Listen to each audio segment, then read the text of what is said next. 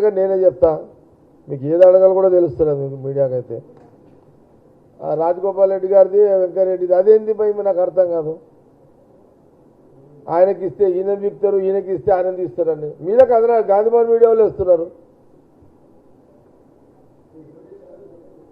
అరే అవును, ఏముంది ఇప్పుడు నల్గొండ ఆడందరూ టాప్ లీడర్లే కదా. టాప్ లీడర్లు అంటే ఇప్పుడు సరే పెద్దలు జానారెడ్డి గారు కొంత వయసు రీత వారు కాంగ్రెస్ వాళ్ళ పిల్ల మన ఎవరు మన రఘు ఉన్నాడు, మన జేవీఆర్ ఉన్నాడు. వాళ్ళు ఇప్పుడు కాదు కదా. జానారెడ్డి గారు పర్యంత గ్రౌండ్ లెవెల్లో వాళ్ళే చూస్తారు ఇద్దరు మొదటి నుంచి. వయసు రీత చాలా పెద్ద వయసు, యాక్టివ్ ఉన్నాడు, పెద్ద వయసు కదా. ఇక వీళ్ళు ఎట్లా ఫీల్డ్లో ఉన్నారని ఇద్దరు కొడుకులను తీసుకొచ్చిండు. వాళ్ళు జూనియర్స్ కాబట్టి వాళ్ళకు అవకాశం ఉండదు. కానీ ఇప్పుడు ఉత్తమ్ రెడ్డి గారు, వెంకటరెడ్డి గారు, రాజగోపాల్ రెడ్డి.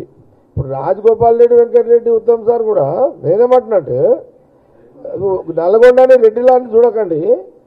ఆడ ఉత్తమ్ రెడ్డి గారితో పాటు వెంకన్న అండ్ రాజగోపాల్ రెడ్డి కూడా ఉండొచ్చు, తప్పేముంది. నేనైతే సీఎం గారు ఎప్పుడైనా సందర్భం వస్తే నేను ఒకటే చెప్తాను సీఎం గారికి. సరే సీఎం గారు అల్టిమేట్ అధిష్టానం ఏం చెప్తే వారు కూర్చుంటారు మాట్లాడకని వ్యక్తిగత అభిప్రాయం షేర్ చేస్తే తప్పలేదు కదా. వెంకటరెడ్డిని తీయొద్దు, రాజగోపాల్ రెడ్డిని తీయొచ్చు. ఎవరు తీయకుండానే రాజగోపాల్ రెడ్డికి ఇవ్వచ్చు.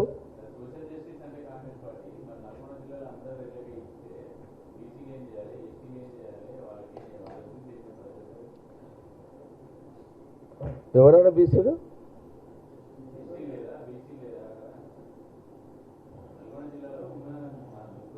ఒక మాట చెప్తున్నా మీరు సరే.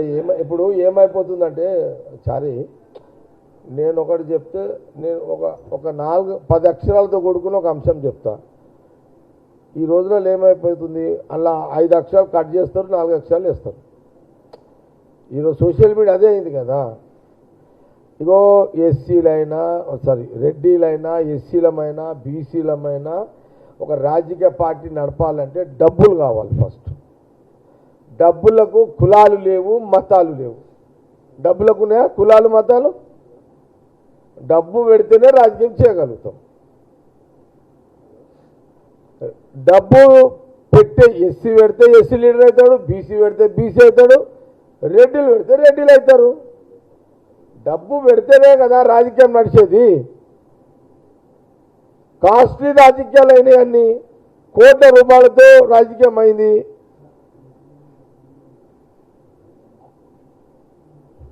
ఇప్పుడు నేనే అనుకుంటుంటా 2004లో నామినేషన్ వేస్తే ఎమ్మెల్యేనైనా. కానీ ఇప్పుడు కోట్ల రూపాయలు నేనే ఒకసారి ఫీల్ అవుతా, ఈ 50 కోట్లు లేదురా నాయన, 100 కోట్లు ఏంది, ప్రశాంతమైన జీవితం లేదు, ఈ డబ్బులు పెట్టాలి, మళ్ళీ తిరగాలి, ఈ 100 ఏడ సంపాదించాలి, ఎవడిస్తాడు, మళ్ళీ ఏడ సంపాదించాలి పోతే మీ హాస్పిటల్ మళ్ళీ బ్రేకింగ్లు వేస్తారు.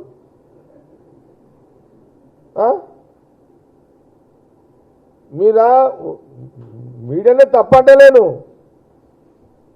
మాకా కోట్లు పెట్టాలి, మళ్ళీ కోట్లు ఆడ సంపాదించాలి. మరి ఏడన్నా ఏదైనా పని చేసి ఆ కోట్లు సంపాదించామని పోతే మళ్ళీ మీ బ్రేకింగ్ లేనా, మళ్ళీ మరి మేమేం కాలేనా.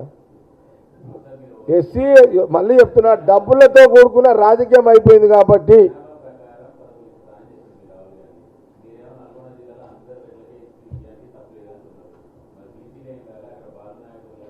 అంటే ఇప్పుడు బీసీలు ఎవరు లేరా? ఇప్పుడు ఇగో ఒక రాజకీయ పార్టీకి 2 ప్రధానమైన పోస్టులు ఉంటాయి. ఏనండి, అధికారం వస్తే ముఖ్యమంత్రిగా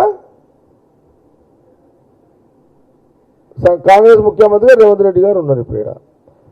తర్వాత ఏ పోస్ట్ వాల్యుబుల్ ఉంటుంది? పీసీసీగా బీసీ ఉన్నాడు కదా. అంటే ఒక కాంగ్రెస్ పార్టీ పీసీసీగా మహేష్ కుమార్ గౌడ్, సీఎంగా రేవంత్ రెడ్డి. మరి వీళ్ళిద్దరు సిస్టంలోనే కదా గవర్నమెంట్ పార్టీ నడిచేదిడా.